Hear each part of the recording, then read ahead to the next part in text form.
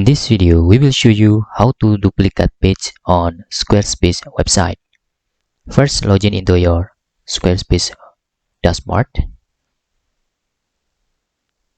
Then, please select your website or blog.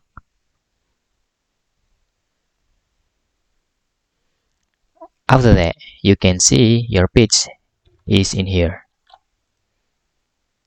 In here, to duplicate a page, for example, we want to duplicate this about. Please click the gear button. Then scroll down and then select duplicate page and click confirm. Now give the name of your duplicated page. For example,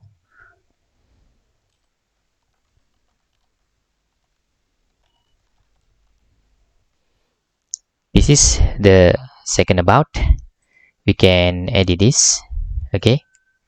And if you want to select or put in the menu, you can do something like this, and you can edit this page.